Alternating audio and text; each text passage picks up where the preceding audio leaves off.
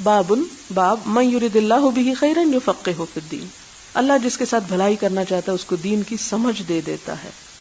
حدثنا سعید بن عفیر قال حدثنا ابن وهب عن یونس عن ابن شہاب قال حمید بن عبد الرحمن کہ حمید بن عبد الرحمن نے کہا سمعت معاویہ خطیبا، میں نے امیر معاویہ کو خطابت کرتے یا خطبہ دیتے ہوئے سنا، یقول وہ کہتے تھے سمعت النبی صلی اللہ علیہ وسلم کہ میں نے نبی صلی اللہ علیہ وسلم کو فرماتے ہوئے سنا، یقول یہ آپ صلی اللہ علیہ وسلم کا قول ہے، من یرید اللہ بہ خیرا، اللہ تعالی جس شخص کے ساتھ بھلائی کا ارادہ کر لیتے ہیں، جس کو چن لیتے ہیں، جس کو خیر سے نوازنا چاہتے ہیں، جس پر اللہ تعالیٰ کی نظر کرم ہو جاتی ہے، یوں سمجھیں، یفقہہ فی الدین، اس کو دین کی سمجھ دے دیتے ہیں. تو گویا کسی شخص کا دین کی تعلیم کے لیے نکلنا، اس کے لیے مشقت برداشت کرنا، اس کے لیے اپنا مال اور وقت خرچ کرنا، یہ سب کچھ انسان کی اپنی توفیق سے نہیں، یہ اللہ کی خاص رحمت سے ہوتا ہے. ورنہ تمنائیں اور امیدیں رکھنے والے تو بے شمار لوگ ہوتے ہیں، بہت سے لوگ چاہتے ہیں کہ ان کو علم حاصل ہو جائے لیکن نہیں ہوتا.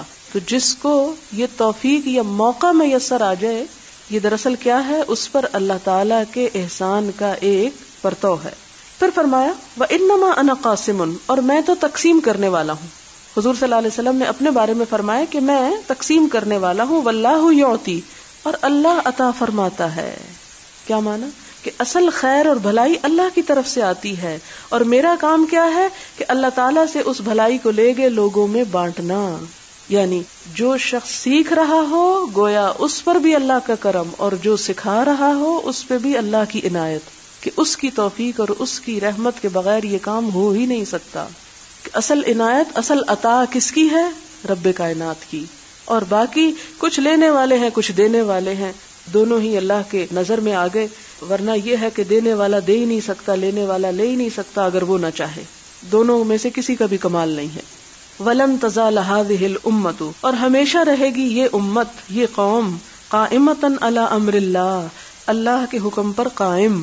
یعنی امت مسلمہ جو ہے اس میں سے کچھ لوگ اللہ کے حکم پر قیامت تک قائم رہیں گے.